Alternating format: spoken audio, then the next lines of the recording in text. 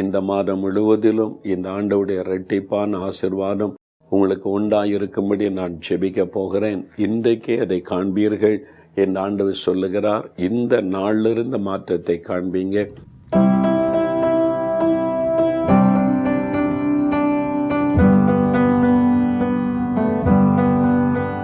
பிரியமானவர்களே, இயேசு கிறிஸ்துவின் நாமத்தில் உங்களுக்கு என் அன்பின் வாழ்த்துக்களை நான் சொல்லிக் கொள்கிறேன். ஒரு புதிய மாதத்தின் முதல் நாளுக்குள்ளே நாம் வந்திருக்கிறோம். கடந்த மாதம் முழுவதிலும் கர்த்தருடைய கரம் கூட இருந்து அற்புதமாய் நடத்தி வந்திருக்கிறது. ஆண்டவருக்கு நாம் நன்றி செலுத்த வேண்டும். நாம் நன்றியுள்ள இருதயத்தோடு தேவனை துதிக்கும் போது அவருடைய உள்ளம் மகிழுகிறது, தொடர்ந்து நம்மை ஆசீர்வதிக்கிறார். இந்த புது மாதத்தில் ஆண்டவர் உங்களுக்கு செய்ய போகிற நன்மைகள், உங்களுக்கு வைத்திருக்கிற ஆசீர்வாதங்களை அறிந்து கொண்டு ஜெபிக்கும் போது ஆண்டவர் அப்படியே ஆசீர்வதிப்பதை காண முடியும். தேவன் உங்களுக்கென்று ஒரு வாக்குத்தத்தம் தருகிறார். சகரியா 9:12 இரட்டிப்பான நன்மையை தருவேன், இன்றைக்கே தருவேன் என்று ஆண்டவர் வாக்கு கொடுக்கிறார். எனக்கு அன்பானவர்களே, உங்களை பார்த்து ஆண்டவர் சொல்லுகிறார், என் மகனே, என் மகளே, இரட்டிப்பான நன்மையை நான் உனக்கு தருவேன், அதை இன்றைக்கே தருவேன் என்று ஆண்டவர் வாக்கு கொடுக்கிறார். நம்முடைய தேவன் 2 மடங்கு ஆசீர்வதிக்க விரும்புகிற தேவன். நம்ம 1 கேட்டால் 2 கொடுக்கிற ஆண்டவர். சாலமோன் தேவ சமூகத்தில் இருந்தபோது ஆண்டவர் வந்து அவனோடு பேசுகிறார். சாலமோனே, உனக்கு என்ன வேண்டும், நீ கேள் என்பதாக ஆண்டவர் கேட்கிறார். சாலமோன் ஆண்டவரிடத்தில், நீர் கொடுத்த இந்த ராஜ்யம், இந்த ஜனங்களை ஆளுகை செய்வதற்கு ஞானம் எனக்கு வேண்டும், ஞானத்தை எனக்கு தாரும் என்று சொல்லி அவன் கேட்டான். அவன் கேட்டது ஒன்றுதான், ஞானம் எனக்கு வேண்டும் என்று கேட்டான். ஆண்டவர் சொல்லுகிறார், நீ கேட்ட ஞானத்தையும் உனக்கு தருகிறேன், நீ கேட்காத ஐஸ்வர்யம், புகழ், உயர்வையும் உனக்கு தருகிறேன் என்று சொல்லி அவனுக்கு 2 மடங்கு ஆசீர்வாதத்தை அருளி அப்படியே அவனை மகிழ பண்ணினார் என்று வேதத்திலே பார்க்கிறோம். அதுதான் ஆண்டவருடைய சுபாவம். ஏனென்றால் அவர் நம்முடைய தகப்பன். உங்க மேல ரொம்ப பாசம் வைத்திருக்கிற ஒரு தகப்பன். நீங்க 1 கேட்டா 2 தருவார். அதுதான் அவருடைய சுபாவம். அதனால இந்த மாதத்துல ஆண்டவர் உங்களுக்கு 2 மடங்கு ஆசீர்வாதத்தை தரப்போகிறார். ஒருவேளை நீங்க வேலை செய்து கொண்டிருக்கலாம், அதில் ஒரு உயர்வை கொடுத்து உங்களை இரட்டிப்பாய் ஆசீர்வதிப்பார்.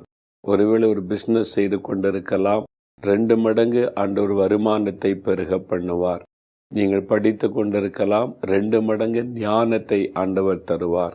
நீங்கள் ஊழியம் செய்து கொண்டிருக்கலாம், 2 மடங்கு ஆத்துமாக்களை ஆண்டவர் தருவார். அவர் இரட்டிப்பான நன்மை அருளி ஆசீர்வதிக்கிற தேவன். வேறு புஸ்தகத்தில் இந்த இரட்டிப்பான ஆசீர்வாதத்தை, நன்மைகளை பெற்ற ஒரு மனிதரை குறித்து நாம் வாசிக்கிறோம். யோபுவின் சரித்திரம் 42:10 வாசிக்கும்போது, யோபு தன் சிநேகிதருக்காக வேண்டுதல் செய்தபோது கர்த்தர் அவன் சிறையிருப்பை மாற்றினார். யோபுக்கு முன் இருந்த எல்லாவற்றை பார்க்கிலும் 2 கர்த்தர் அவனுக்கு தந்தருளினார். ஆண்டவருடைய வார்த்தை சொல்லுகிறது, யோபுக்கு முன் இருந்த எல்லாவற்றை பார்க்கிலும் 2 கர்த்தர் தந்தருளினார். 2 மடங்கு நன்மை, ஆசீர்வாதம் யோபுக்கு ஆண்டவர் கொடுத்தார் என்று சொல்லி வேதத்திலே நாம் வாசிக்கிறோம். முதல் அதிகாரத்தில் நீங்க வாசிக்கும் போது யோபுக்கு இருந்த அவனுடைய செல்வங்கள், ஆடுகள், மாடுகள், ஒட்டகங்கள், இதெல்லாம் குறித்து எழுதப்பட்டு இருக்கிறது. எவ்வளவு இருந்தது என்று சொல்லி இந்த 42 அதிகாரத்தில் வாசிக்கும் போது எல்லாமே 2 மடங்காய் பெருகிறதை நாம் வாசிக்கிறோம். அப்ப தேவன் வாக்கு கொடுத்தபடியே 2 மடங்கு ஆசீர்வதித்தார். உங்களுக்கு ஆண்டவர் செய்வார். 2 மடங்கு ஆசீர்வாதத்தை அருளி செய்வார். இந்த மாதத்தில் அந்த அற்புதத்தை நீங்கள் காண்பீர்கள். உயர்வையும் செழிப்பையும் நன்மைகளை நீங்கள் காண்பீர்கள். ஆனால் இந்த ஆசீர்வாதம் யோபுக்கு எப்பொழுது கிடைத்தது என்று சொல்லி பார்த்தீங்கன்னா, யோபுடைய வாழ்க்கையிலிருந்து சில காரியத்தை நம்ம கற்றுக்கொள்ள வேண்டும்.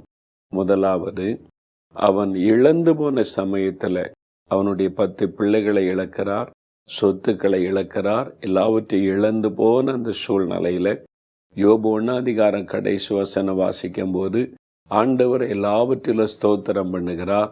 ஆண்டவரை குறை சொல்லவில்லை. நமக்கு ஒரு பிரச்சனை வருது, ஒரு தோல்வி வருது, நமக்கு கிடைக்க வேண்டிய ப்ரமோஷன் கிடைக்கல, நமக்கு வர வேண்டிய ஆசீர்வாதம் தடைப்பட்டு போகுது, இருந்த ஆசீர்வாதம் நம்ம விட்டு கையை விட்டு போகிறதுன்னு உடனே ஆண்டவர் எனக்கு என்ன செய்துட்டாரு, ஆண்டவரை நான் நேசிச்சேனே, ஒளியெல்லாம் செய்தேனே, கொடுத்தேனே, ஆண்டவரை முறுமுறுக்கிறோம். ஆனால் யோபு முறுமுறுக்கவில்லை, ஆண்டவரை குறை சொல்லவில்லை, எல்லாவற்றிலும் ஆண்டவரை ஸ்தோத்திரம் பண்ணினார். அதனால தான் 2 மடங்கு ஆசீர்வாதம். இன்றைக்கு பிரச்சனை, இன்றைக்கு போராட்டம், இன்றைக்கு நிந்தை, இன்றைக்கு இழப்பு, முடிவு 2 மடங்கு ஆசீர்வாதமாக இருக்கும். அதனால எல்லாவற்றிலும் ஸ்தோத்திரம் பண்ணுங்க. ஏனென்றால் சகலமும் நன்மைக்கு ஏதுவாய் நடக்கிறது என்று வேதவசனம் சொல்லுகிறது. நம்ம வாழ்க்கையில் என்ன நடந்தாலும் முடிவு நன்மையாகத்தான் இருக்கும். நன்மைக்கு ஏதுவாகத்தான் கர்த்தர் நம்மை நடத்தி கொண்டிருக்கிறார். அதனால என்ன நடந்தாலும் ஸ்தோத்திரம் சொல்லுங்க. ஆண்டவரே, இதற்கு ஸ்தோத்திரம். எல்லாவற்றிலும் தேவனை மகிழ்ச்சியோடு துதிக்க பழகுங்க. முடிவு 2 மடங்கு ஆசீர்வாதமாக இருக்கும்.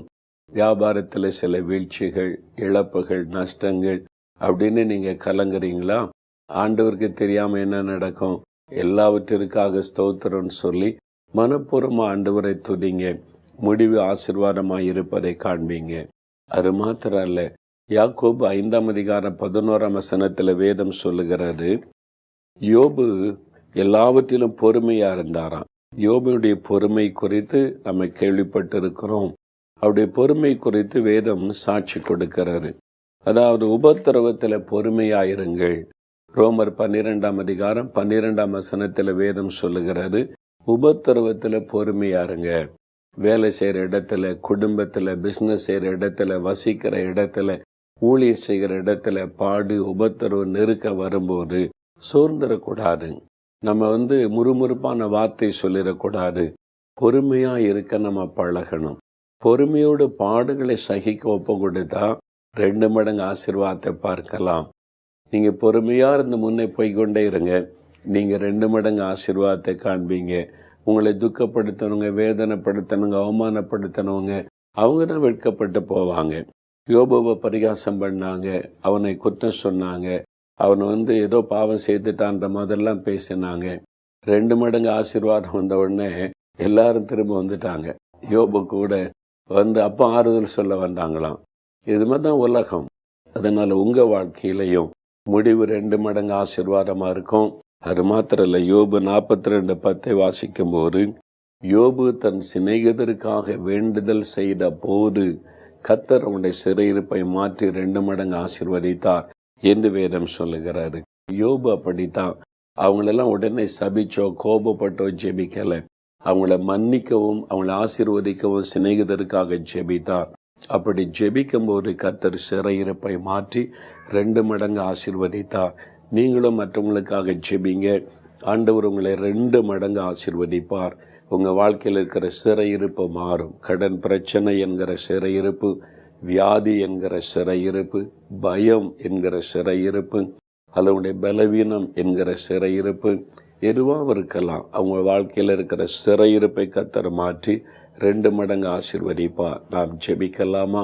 இந்த மாதம் முழுவதிலும் இந்த ஆண்டவருடைய இரட்டிப்பான ஆசீர்வாதம் உங்களுக்கு உண்டாயிருக்கும்படி நான் ஜெபிக்க போகிறேன். இன்றைக்கே அதை காண்பீர்கள் என்று ஆண்டவர் சொல்லுகிறார். இந்த நாளிலிருந்து மாற்றத்தை காண்பீங்க. நாம் ஜெபிக்கலாம்.